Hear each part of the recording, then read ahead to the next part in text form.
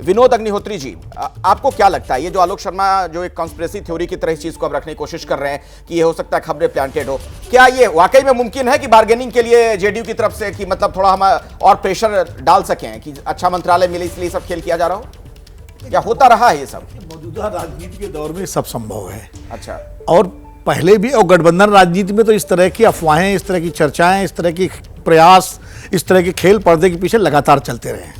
कोई पहली बार ऐसा नहीं हुआ है और ये सब होता रहता, सरकार बनाने के लिए भी और सरकार गिराने के लिए भी। नीतीश कुमार जी को प्रधानमंत्री पद का ऑफर, ये बात सही है कि किसने दिया, अगर कोई क्रेडिबल आदमी ने दिया, मान लीजिए किसी बड़े नेता ने, तो निश्चित रूप से उसका, अगर त्यागी जी कोई बात कह रहे हैं तो त्यागी जी जिम्मेदार नेता हैं और त्यागी जी की बात को मैं ये नहीं मानता कि गलत कह रहे होंगे। पॉलिटिक्स है, पुराने सीजन है, किसी न किसी ने उनसे कहा होगा। बहुत सारे लोग सक्रिय हो जाते हैं। देखिए, ऐसे मामले में बहुत सारे वो लोग सक्रिय हो जाते हैं जो बीच वाले लोग होते हैं, जिनको मैं फैसिलिटेटर कहता हूँ।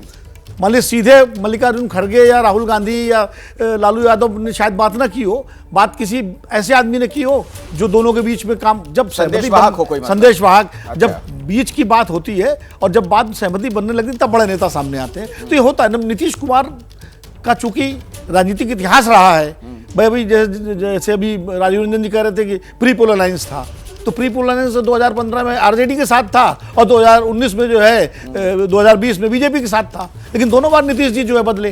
तो प्री पोल अलायंस और पोस्ट पोल अलायंस का कोई मतलब नहीं रह गया है। और दूसरी बात यह है कि ऐसे मामले में, किसी भी मामले में, हर गठबंधन जब लग रहा था कि बिल्कुल बराबरी पे छूटेगा मामला, तो प्रयास होते हैं कि भाई आ जाओ, चंद्रबाबू नायडू आ जाए, वो आ जाए। अच्छा, चंद्रबाबू नायडू का भी ऐसे ही रहा है, उलटने पलटने का इतिहास। वो 2019 के चुनाव तो कांग्रेस के साथ मिलकर लड़े थे। तो इसलिए इसमें कोई ये पॉलिटिकल खेल है राजनीति का।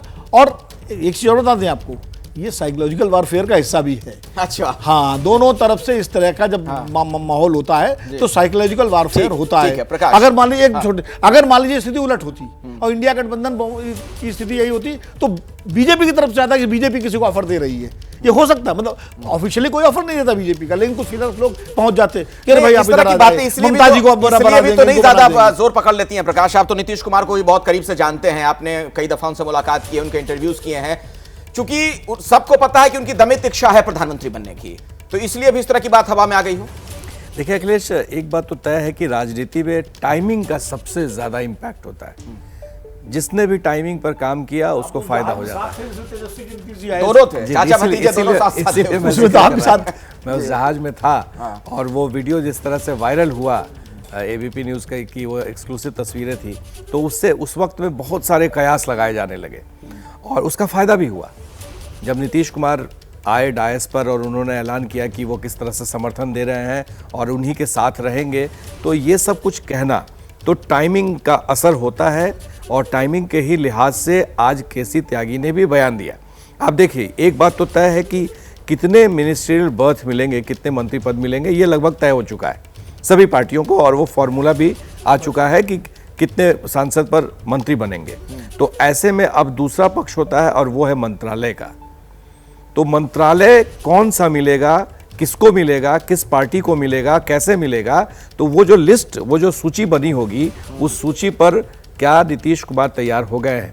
जितने भी सांसद को वो मंत्री बनाए जाएंगे, जैसे कि जानकारी है कि 2 सांसद जो हैं बिहार के, एक ललन सिंह और एक रामनाथ ठाकुर, उन दोनों को मंत्री बनाया जाएगा।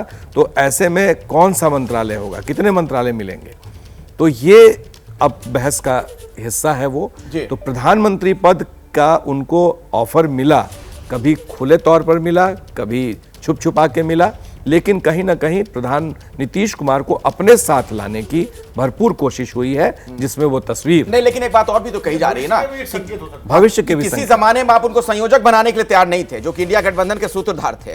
तो ऐसा हो सकता है कि मतलब प्रधानमंत्री पद का ऑफर दे दिया जाए, क्या ये मुमकिन है? बिल्कुल मुमकिन है, बिल्कुल। ये मुमकिन तब होगा और ज्यादा सार्थक होगा अगर नीतीश कुमार और चंद्रबाबू नायडू ये दोनों एक साथ आ जाए, चिराग पासवान भी साथ। देखिए, बिहार में चुनाव होना है विधानसभा का, तो नीतीश कुमार भी जानते हैं कि वहाँ पर जो अरिथमेटिक होगी, जो संतुलन सत्ता का बनाया जाएगा, तो उसमें नीतीश कुमार की खुद की क्या भूमिका होगी, क्या वो आखिरी कोशिश एक बार फिर से कर सकते हैं, ये सब कुछ डिपेंड करता है। लेकिन ऑफर खुला रहता है, खुला। मुझे लगता है आलोक जी एक जवाब आपको इस पर देना चाहिए कि आप जो कह रहे हैं कि नहीं इस तरह का कोई ऑफर नहीं है, क्या यही स्थिति हमेशा रहेगी 18वीं लोकसभा में, या हो सकता है कभी आगे सोचे आप इस पर कि नहीं ऑफर दे दिया जाए? देखिए, भविष्य के गर्भ का प्रश्न है। हमारी तरफ से अभी कोई ऑफर नहीं। तुरंत अगले दिन इंडिया गठबंधन की बैठक हुई और उससे पहले मोदी जी को, हमारी बैठक से पहले मोदी जी को एनडीए का इन्होंने नेता चुन लिया। तो मुझे नहीं लगता कहीं पर भी कोई चीज थी। एक अलग बात है कि बीजेपी के अंदर विरोध बहुत है, आरएसएस भी शायद नहीं चाहता है, वो खुलकर बातें बाहर नहीं आ रही हैं। तमाम लोग हैं जो मोदी जी से बेहतर पीएम पद के उम्मीदवार बीजेपी में भी हैं, और बीजेपी की सांसद दल की कोई मीटिंग भी नहीं हुई है जहां तक मेरी नॉलेज है। अगर कहीं हुई हो और उसमें मोदी जी को पहले बीजेपी का संसदीय बोर्ड का एक कोई नेता चुना गया हो तो मुझे बताइएगा, मेरा भी ज्ञानवर्धन होगा। तो किस तरह से क्या खेल हुआ है वो तो मोदी जी और बीजेपी बेहतर जान सकते हैं। हमारी तरफ से ना पहले पीएम पद का किसी भी एंगल से कोई ऑफर था, ना आज दिया गया है। भविष्य में क्या होगा वो तो अखिलेश भाई ना आपको पता है ना मुझे पता है। हो सकता है स्वयं कुछ लोग कहें, लेकिन इतना जरूर है कि सारे भ्रष्टाचारी आज मोदी जी के साथ हैं, और जो लोग मुस्लिम परस्त थे नहीं, तो आप कह रहे हैं सारे भ्रष्टाचारी, तो चंद्रबाबू नायडू और नीतीश कुमार को भी इंक्लूड कर रहे हैं क्या उसमें? देखिए, चंद्रबाबू नायडू और नीतीश कुमार जी को भ्रष्टाचारी मोदी जी ने कहा है, हमने नहीं कहा है। नहीं कहा है तो मैं पूरी पुरानी क्लिपिंग्स देख लीजिए। क्या नीतीश कुमार जी को क्या क्या नहीं कहा गया था 2015 के चुनाव में। हाँ। अखिलेश जी आपकी याददाश्त भी अच्छी है।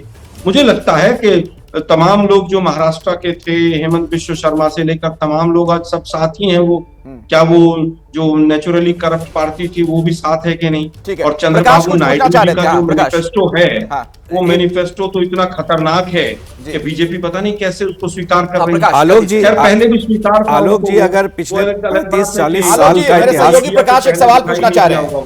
ठीक है आलोक जी, सुन लीजिए। आलोक जी, पिछले 35-40 सालों का अगर इतिहास देखें, चाहे वो चंद्रशेखर रहे हो, प्रधानमंत्री बने हो 4 महीने के लिए, या एचडी देवेगौड़ा बने हो, या फिर इंद्र कुमार गुजराल बने हो, तो क्षेत्रीय पार्टियों का जब जब दबदबा हुआ है तब तक जो नेशनल पार्टीज हैं उनके सामने घुटने टेके हैं। और ऐसा मौका आया है कि कम सांसदों को भी प्रधानमंत्री बनाया गया है। तो ऐसे में क्या आपको लगता है कि ऐसी संभावना तुरंत तो नहीं, लेकिन साल, 2 साल, 3 साल में हो सकता है? देखिए, मुझे लगता है प्रकाश भाई 2 सवाल के हिस्से हैं। पहला तो चंद्रशेखर जी, जहां तक मेरी याददाश्त है, 7 महीने रहे थे प्रधानमंत्री, 4 महीने नहीं रहे थे। दूसरा हिस्सा ये है कि चाहे प्रधानमंत्री कम समय के लिए रहे हों और चाहे ज्यादा समय के लिए रहे, तो मुझे लगता है कि उनका भी एक अपना देश के विकास में योगदान रहा है। अगर इंद्र कुमार गुजराल जी कम समय के लिए रहे हों और गुजराल डॉक्ट्राइन आया हो और विदेश नीति पर प्रभाव पड़ा हो, तो मैं उसको सकारात्मक मानता हूं। आपका कहना बिल्कुल ठीक है कि जब जब क्षेत्रीय दलों का दबदबा बढ़ा है तो कम समय सरकार चल पाई है।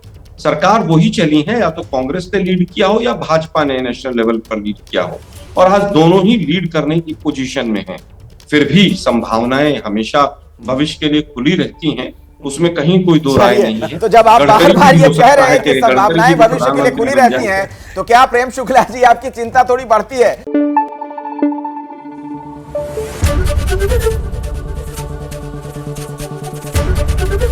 एबीपी न्यूज आपको रखे आगे।